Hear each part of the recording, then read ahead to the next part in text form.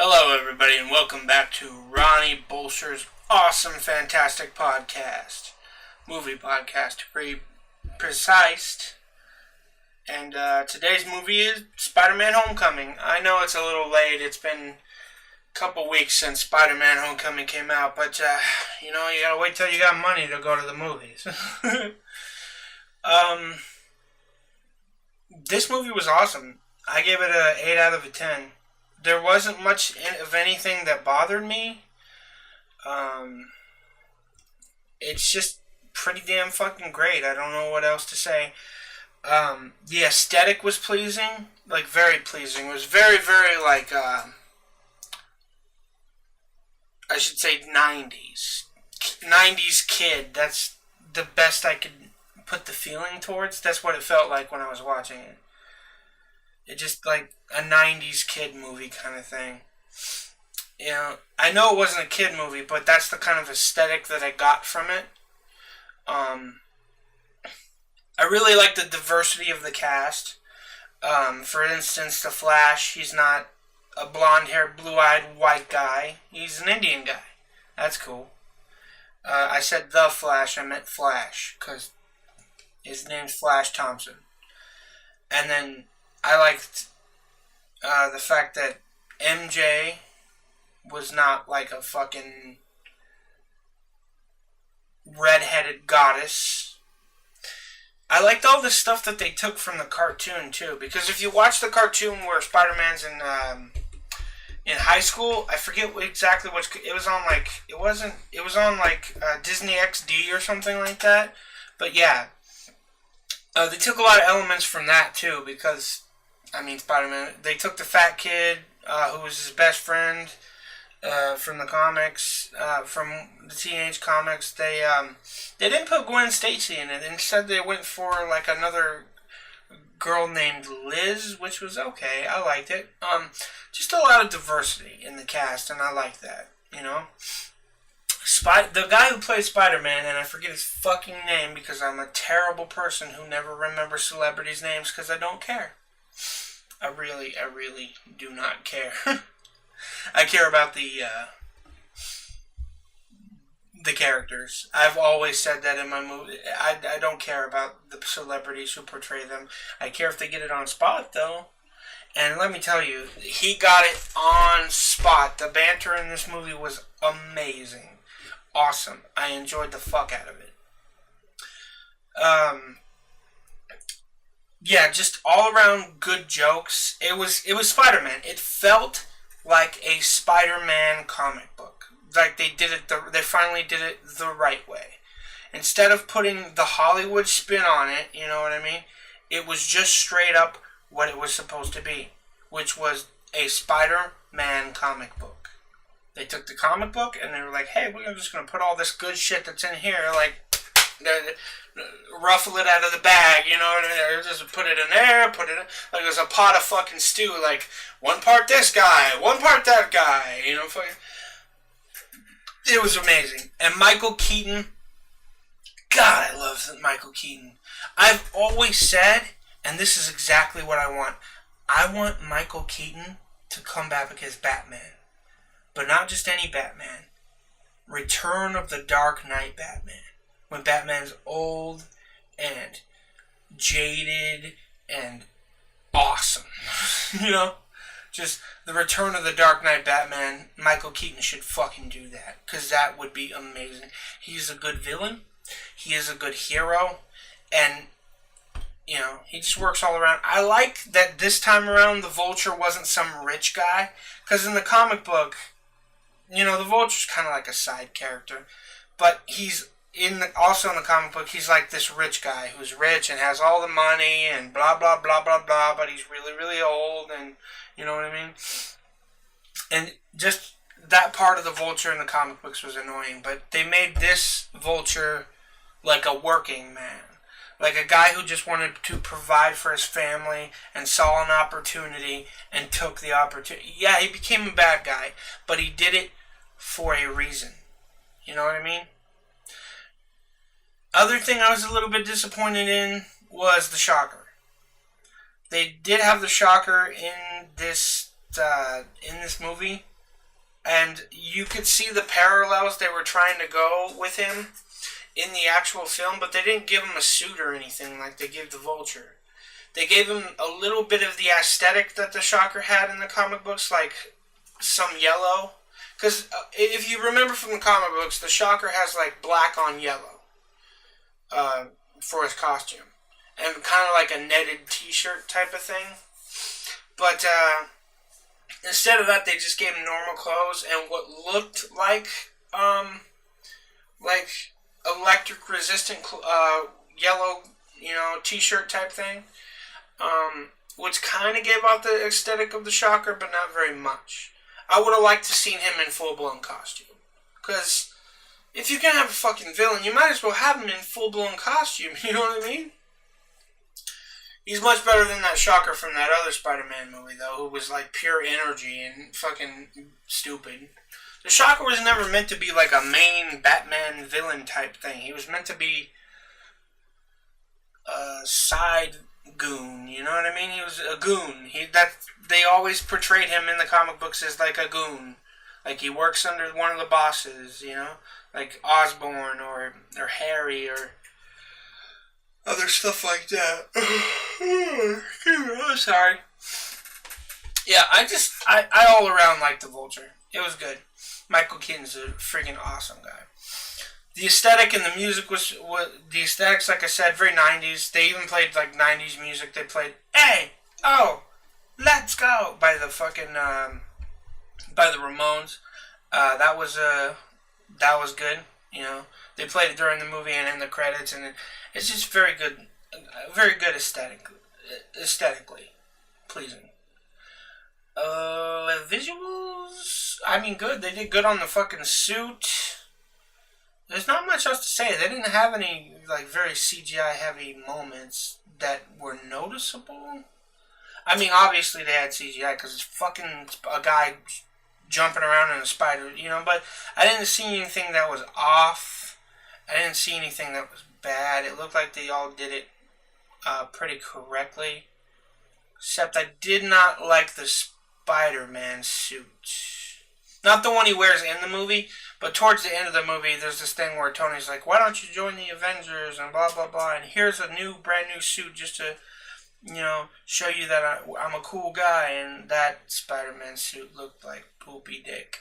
I didn't like it at all. I'm glad he didn't take that Spider-Man suit. I'm glad he... There's just a lot of good fucking jokes, too. A lot of banter. Halfway through the movie, Spider-Man learns how to unlock his suit from babysitter mode or whatever the fuck. And then there's just banter from his Jarvis. He's got a Jarvis in his suit, too, but it's a chick. And I forget what he calls her. He gives her a name, though. But then, just a lot of banter from her. A lot of funny shit. Like, he likes this girl. And she's like, just tells him to do stuff and whatnot. It's funny. It's very funny. The banter was on par. It wasn't overdone either. That's a good thing. And it wasn't like over the top either. Lest we forget Spider-Man 3 and the fucking Dance of Shame. I don't know why everybody hates on that moment. I like it. I think it's fucking funny. It just makes me laugh. But it is way too over the top for... Spider-Man has always been over the top like that, but not that fucking much. I mean, I enjoy the banter during the fights. I enjoy the jokes. But then, that's what's cool about Spider-Man. It goes from joking and stuff like that to immediately to fucking sadness and just despair on Peter Parker's part. Because there's always a personal thing that Peter has to go through, but in this one, there wasn't really anything that Peter had to go through, He's not plagued by anything yet. He's a young Spider-Man. Nothing bad has happened to him yet, Mary Jane didn't get killed and turned into, or something like that, or there's, the only tragedy, and they didn't even mention what happened to Uncle Ben. I assumed it's the same thing from the origin story that Uncle Ben was killed, but they didn't even fucking mention anything about the origin story. They just dropped you right in and was like, okay, everybody, I hope you enjoyed this awesome Spider-Man story. We all know his origin, so fuck it. It would have been nice to get like a 1 minute, 2 minute thing, but then that would have lessened the mood of the movie. I understand what kind of mood they were going for in this movie, and if they would have done that in any way, it would have brought it down. Instead of, yeah, there's only a couple inner turmoil parts that Peter has to deal with in this movie, and I'm not going to spoil it for you, obviously. And and you'll know him when you see him. Trust me, you'll know him. It's a big fucking twist. I love it. It's pretty good. It's pretty great. Oh, God, it's pretty late. Excuse me for yawning. But yeah, just overall, I give it an 8 out of 10. The music was great. The aesthetic was great. The visuals were awesome. The the appearance by Childish Gambino was awesome. He was just a modern just a regular street punk, but good. I like Childish Gambino's part though. It was pretty great. It was a pretty great scene, and I know there was a little bit of controversy in the beginning of this movie because people wanted Childish Gambino to be Spider-Man. There was a bunch of people who wanted Childish Gambino to be Spider-Man, the Black Spider-Man. And, that would have got it all into the racist thing and all that shit, you know what I mean? Spider-Man is white, blah, blah, blah, blah, blah. Miles Morales is black, blah, blah, blah, blah, blah. Who cares, man? Fucking just toss it up, dude. The diversity of this movie is so awesome, I would have loved to see Childish Gambino as Spider-Man. That would have been fucking hilarious. I hope they make him the Miles Morales Spider-Man. That would be awesome. I would love Childish Gambino to be Miles Morales Spider-Man. I'm just sick and tired of everybody getting set in their ways with this shit, man. The world is not a black and white place, alright? It is a diverse place of different cultures and different countries, and they all they all demand and deserve to be put in movies, alright? When it's Indians, put real fucking Indians. Both ... and la la la, you know what I mean? I know that was kind of racist, I apologize. My point is you need diversity in movies. You can't have it be blonde-eyed, blue-eyed motherfuckers forever. This isn't Hitler's fucking land. No matter how much the neo-Nazis want it to be. We are all diverse people. And that's how it should be portrayed in the movies. I've always believed that. And this movie has got it right with the diversity. The Wonder Woman movie got it right with diversity, Now if we could just spread that fucking out into the other fucking genres of everything, and it would be great. It would be awesome, Both behind the scenes and not behind the scenes. I'm just saying that it makes it better when it's diverse. I don't know how, and I don't know why. It just does. There's a reason why in the 80s and 90s people got bored of comic books and there was a falling out. It's because every woman was like a blonde-haired beauty, and every guy was like a black-haired tall guy. It's boring. Boring. Sorry for that little rant right there. Overall, the movie's pretty fucking long, too. It was like 2 hours and 15 minutes, and I thought it was going to be like an hour and 50 minutes at the most, man, but, hour and 40. But they really crammed a lot into this movie. There's a lot of twists and turns, and I like it, And near the end, then there's a big old plot twist, and that, is great. They put a lot of shit into this movie. They really showed the dynamic range of Spider-Man, And when it comes to superheroes, that's what you want. You want to see these superheroes in a bunch of different situations, fighting with friends, dealing with everyday life, uh, dealing with the job, training, uh, bad stuff that happens. Just you want to see the whole aspect in a movie. And I think they really did it right with the Spider-Man movie. Now, if they could take that kind of thing and put it, sprinkle it across all the other movies, that would be great too. Because I want to see superheroes not in the same old fucking situations. You know what I mean? Like, for instance, the Batman vs Superman movie is like a copy paste of fucking Captain America: Civil War. Look it up, dude. It's like literally the same kind of plot synopsis. Good guy, good guy, good guy versus good guy. Manipulated by the bad guy. Just same. You know what I mean? I just like my movies to be more. I would like. I'm pretty sure that everybody's getting in this like superhero movie, turn off thing, like, and that's the cool thing about these movies that have been coming out lately because they're noticing the problem and they're changing it. Logan, Deadpool, Spiderman Homecoming, they're changing the formula. You know what I mean? Wonder Woman, they're changing it.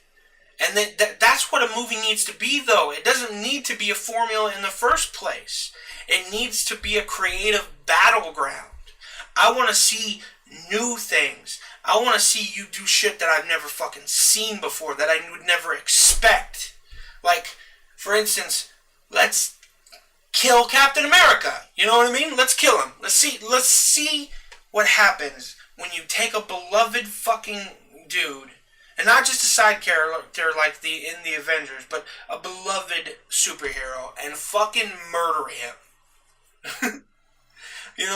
I just want to see different things, is all I'm saying. Other than that, the movie was freaking fantastic. 8 out of 10, like I said. Just, I don't know what else to say about it, Let me dig some things up from the garbly goo of my mind. The suits. Let's go back to the suits for a second. I really did like that they showed the dynamic range of suits in this. Like, they showed the Tony Stark suit, and then they showed his old suit, and they, like, the comparison between them. Like, he still had the eye. Like, he was an effective enough smart guy, scientist dude, to make some of the stuff for his Spider-Man suit, but not like all of it. Because obviously he doesn't have the technology and laboratories that Tony Stark does. But he still has the scientific know-how to get his own chemical processes and stuff done for his Spider-Man suit and for... Yeah. I like that. I like that they showed the dynamic range of that. It's just... The best thing about this movie is that they showed different ranges of things. It's not all the same, you know what I mean? Like, I think that's what all the Spider-Man movies before this suffered from, too. Sameness. Yeah. That's what I feel, anyways. I think that's going to do it for the podcast. Tell me what you think about Spider-Man. Tell me what you would like to see. I want to hear from you. I want to hear what you guys would like to see and what kind of different things that you would like to see them do with superhero movies. Now, like I said, Logan was a fucking awesome step in a different direction when it comes to superhero movies. It was like one of those independent superhero movies that you see on Netflix that is fucking awesome because they're actually putting some kind of different spin on it. There's a bunch of them like that, like Defendor. That's the only one that comes to mind right now, but there's like 5 other ones. They're really good. Anyways, we'll wrap it up here. If you liked the podcast, why don't you check out some of the Let's Play stuff I do? That's all I got. If you like it, subscribe on YouTube. And if you like it, subscribe on. Follow me on VidMe. You could also tip me on VidMe. Tips are very appreciated. I can help this fucking, this community grow if you give me some tips. You know what I mean? Give me some tips and some tricks. and by tricks, I mean trick cereal. I fucking love it. I wanted it. I wanted it in boxes. I wanted it in bags. uh, yeah, and if you really, really like the show, I do these movie podcasts from time to time. I do lots of Let's Play stuff. Soon I'm going to start filming some skits. I hope you guys enjoy that stuff. Subscribe for $1. $1 a month, it really helps out. And I could, once you get enough money accumulated, maybe I'll buy some really good red camera or something like that, help the dynamic range of my studio, something like that, and other stuff. Anyways, I will leave you guys at that, and I will see you in the next round. Bye-bye, my precious cakes.